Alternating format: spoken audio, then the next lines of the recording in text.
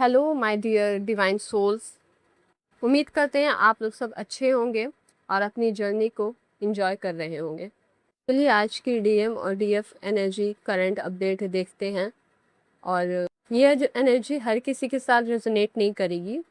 ये एनर्जी जिनके साथ रेजोनेट करेगी बस वही इस वीडियो को देखे, बाकी लोग इसे स्किप कर सकते हैं।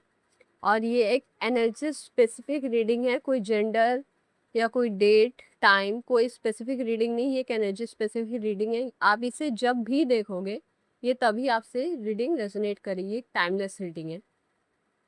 आप अपनी सिचुएशन के हिसाब से इस रीडिंग को देखिए। हर किसी के अलग अलग सिचुएशन होगी, तो आप अपनी सिचुएशन के हिसाब से इस रीडिंग को अपने साथ रेजोनेट कीजिए। और इसके साथ भी ये रीडिंग रेजोनेट करे वो इस वीडियो को लाइक कर ले और चैनल को सब्सक्राइब कर ले, ताकि आपको न्यू अपडेट टाइम पे मिल सके और ये रीडिंग आपके साथ अलाइन हो सके। सो चलिए रीडिंग कंटिन्यू करते हैं। आज की डिवाइन मैस्कुलिन की रीडिंग एक बच्चे के जैसी है। उन्हें ऐसा लग रहा है कि डीएफ जो है वो तो मुझे मेरी माँ से भी ज़्यादा प्यार करती थी। वो तो ऐसी थी जो मतलब मेरे माँ बाप भी हमेशा मुझसे किसी चीज़ की उम्मीद रखे, पर उसने मुझसे कभी किसी चीज़ की उम्मीद नहीं रखा। जब मैंने उसके साथ गलत किया तो वो मुझे छोड़ के क्यों चली गई? वो मुझे मार पीट के सीधा भी तो कर सकती थी। वो एक बार मुझे मारती पीटती, मुझे समझाती, मुझे बताती, वो छोड़ के क्यों चली गई? वो डीएफ को अब एक मदर एनर्जी में देख रहे हैं। उन्हें ऐसा लग रहा है कि डीएफ जो है वो मेरी माँ की तरह मुझे प्यार करती थी, पर वो मुझे छोड़ के क्यों चली गई? वो खुद को अब एक बच्चे की एनर्जी में देख रहे हैं और डीएफ को एक माँ की एनर्जी में देख रहे हैं। और अब वो डीएफ से नाराज़ भी हैं और दूसरी तरफ मोहब्बत भी है। उन्हें ऐसा लग रहा है कि डीएफ मेरी माँ के एनर्जी में थी, वो मुझे हमेशा माँ की तरह सपोर्ट की, अब वो मुझे छोड़ के क्यों चली गई? वो डिवाइन से वही बात का सवाल कर रहे हैं। और फिर वो डीएफ से भी इस बात के लिए नाराज़ है कि इसने उसे मारा क्यों नहीं, पीटा क्यों नहीं, उसे समझाया क्यों नहीं, स्ट्रिक्ट क्यों नहीं हुई? वो इतना सॉफ्टली उसकी ज़िंदगी से क्यों चली गई? उसने कभी भी अपने बारे में अपना सफाई देने की कोशिश नहीं की। उसने दोबारा उन्हें समझाने की कोशिश क्यों नहीं की? वो इतना आसानी से कैसे छोड़ दें उनको? आज भी खुद को एक डिवाइन मैस्कुलिन की एनर्जी पे रख के नहीं देख पा रहे। वो खुद को आज भी चाइल्ड एनर्जी पे रख के डीएफ को देख रहे हैं। आज भी उन्हें सिर्फ डीएफ की ज़रूरत है। आज भी वो डीएफ को सपोर्ट नहीं कर रहे। वो ये चीज़ नहीं समझ रहे हैं कि मैंने जो गलत किया मुझे उस चीज़ को ठीक करना चाहिए, ताकि डीएफ वापस आ जाए। उन्हें ऐसा लग रहा है कि वो तो मेरी माँ की तरह मतलब उसने मुझे प्यार किया। जब एक माँ बच्चे को नहीं छोड़ सकती तो डीएफ ने मुझे कैसे छोड़ दिया? वो तो मेरी माँ से भी ज़्यादा मुझे प्यार करती थी। तो आज भी डीएफ नहीं समझ पा रहे हैं कि ये जर्नी जो है, ये जर्नी में इक्वल गिव एंड टेक है। ये जर्नी कोई माँ और बच्चे की जर्नी नहीं है। ये जर्नी एक अलाइन करने की है कि आप दोनों एक दूसरे के साथ अलाइन रहो। आप उसको अंडरस्टैंड करो, वो आपको अंडरस्टैंड करे। Equal give and take. और यहाँ पे कोई इक्वल गिव एंड टेक नहीं था, सिर्फ डीएम दे रही थी और डीएम ले रहे थे। डीएम की तरफ से कुछ भी नहीं था देने का। तो डीएम फिर से उसी एनर्जी में जा रही है कि डीएफ मुझे दे, डीएफ मुझे दे।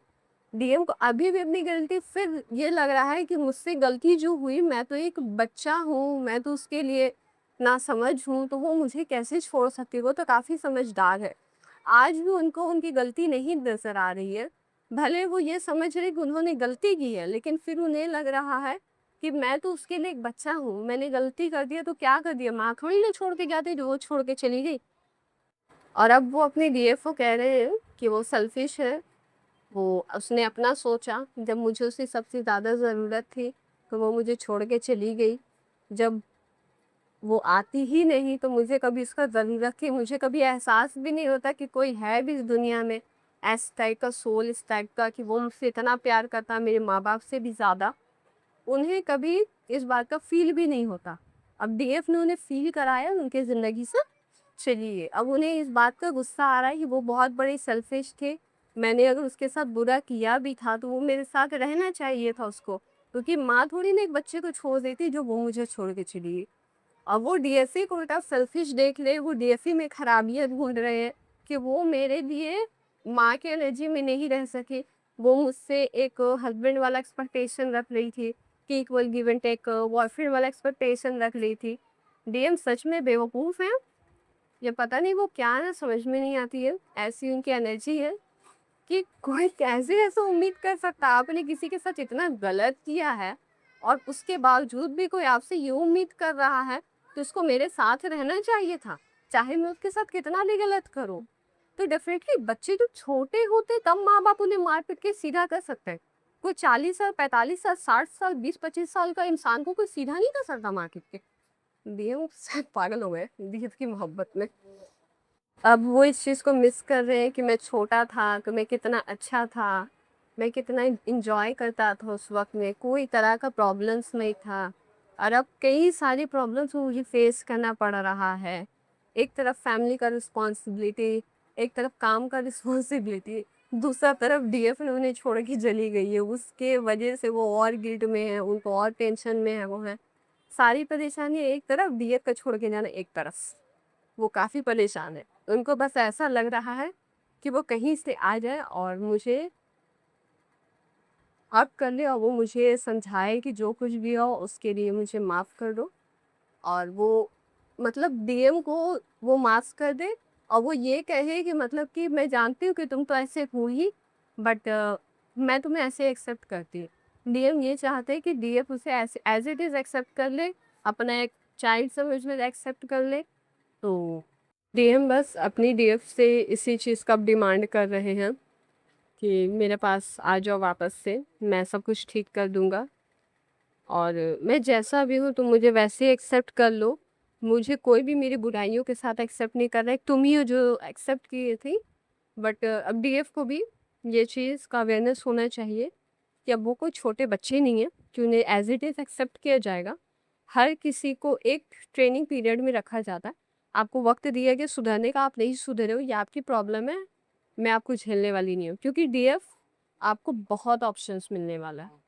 आप खुद पे ट्रस्ट करो, गॉड पे ट्रस्ट करो, वो आपके साथ है, डिवाइन आपको कभी नहीं छोड़ेंगे। लेकिन डिवाइन ने उनको ज़रूर पनिश किया हुआ है आपके साथ गलत करने पे। और डिवाइन ही उन्हें ये सब ट्रिगर कर रहे हैं और उन्हें उनकी गलतियाँ दिखाई जा रही है, वो अपनी गलती को देख रहे हैं पर वो खुद को एज़ अ चाइल्ड अब देखने लगे हैं। वो अपने अंदर एक बच्चे को देख रहे हैं कि मैं एक छोटा सा बच्चा हूँ उसके लिए, वो तो मेरे लिए एक मदर फिगर पे है। सो बिल्कुल भी उनकी बातों पे मत आना।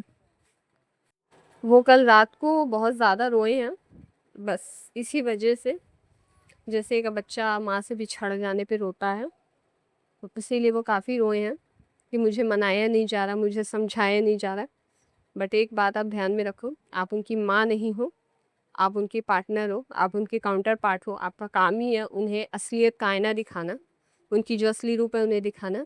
वो जितना रोए, वो जितना भी परेशान होए, क्योंकि डीएफ की एनर्जी भी काफ़ी हेवी हो जाती है जब वो रोते हैं, जब उनकी क्राइंग एनर्जी होती है तो डीएफ भी उस बात पे ध्यान रखे कि वो जितना भी परेशान रहे, परेशान रहना उनका काम है और आपको अपने आप को हीलिंग करनी है और उन्हें उनके हाल पे छोड़ दीजिए, क्योंकि अब वो बच्चे नहीं हैं। आपको जितना समझाना था आपने समझाया, जितना उनको रास्ता दिखाना था दिखाया, अब उन्हें खुद चलने दीजिए कि जब वो गिरेंगे तभी उन्हें पता चलेगा कि आपकी कदर क्या है। एनर्जी में काफ़ी ज़्यादा शिफ्ट आया है ये साल, जो पिछले साल की जो एनर्जी थी, उस हिसाब से ये साल की एनर्जी बहुत ही ज़्यादा अच्छी आ रही है डिवाइन मैस्कुलिन की, क्योंकि उनकी डीएफ ने काफ़ी ज़्यादा अपने ऊपर वर्क किया है। उनकी डीएफ ने लेट गो किया है डिवाइन मैस्कुलिन को, सरेंडर किया है, खुद को डिवाइन के साथ अलाइन किया है, तब जाके आज खुद को उन्होंने स्टेबल पाया है। और डीएम जो है, डीएफ को एक सिग्मा फीमेल पर्सनालिटी में अब देख रहे हैं। वो देख रहे हैं कि डीएफ जो है वो कोई छोटी मोटी चीज़ अब नहीं रही। वो ऐसा नहीं कि वो किसी से भी पट जाएगी, वो किसी के भी हाथ आ जाएगी, नहीं। उन्हें ऐसा लग रहा है कि उन्हें बहुत सारी चैलेंजेस फेस करनी पड़ेगी डीएफ के लिए, क्योंकि डीएफ तो मानने से रही, वो मानेगी ही नहीं उसकी बातें। तो अब डीएम को कई सारी चैलेंजेस फेस करनी पड़ेगी डीएफ को मनाने के लिए, क्योंकि वो अब उनको भाव तक नहीं देने वाली है। अब वो ज़रा बराबर भी उन्हें कोई अहमियत नहीं देगी, अब उन्हें कुछ नहीं समझती वो अपने सामने। और यही चीज़ डिवाइन मैस्कुलिन को खाए जा रही है अंदर से कि डीएफ इतना हाई कैसे हो गई है। उन्हें ऐसा लग रहा है ज़रूर उसके पीछे कोई फाइनेंशियल कोई उसको सपोर्ट कर रहा है, किसी मेल का हाथ है जो उसे इतना आगे लेके जा रहा है कि डीएफ इतना ज़्यादा स्ट्रॉन्ग कैसे हो सकती है।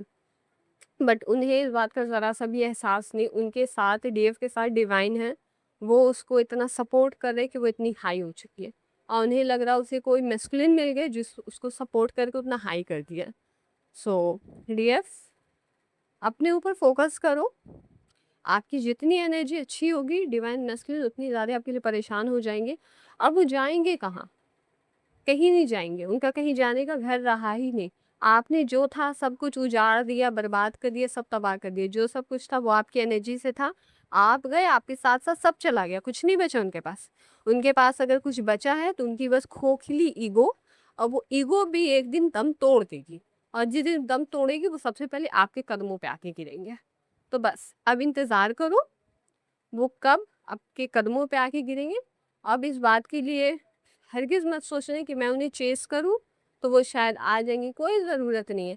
वो इंसान ऑलरेडी अपनी नज़र में भी ज़लील हो चुका है, दूसरों की नज़र में भी ज़लील हो चुका है, वो अपनी हैसियत खुद भी जान के दूसरों ने भी बता दिया।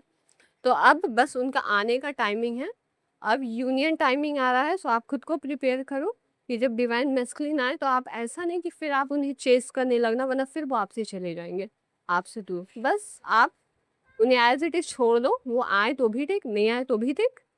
अगर वो आते हैं तो उनके साथ बस वैसे ही बिहेव करना है जैसे कि आप औरों के साथ बिहेव करती हो, कि तुम्हारा होना ना होने से मुझे कोई फ़र्क नहीं पड़ता है, तुम आए हो ठीक है, मैं बात कर लूँगी।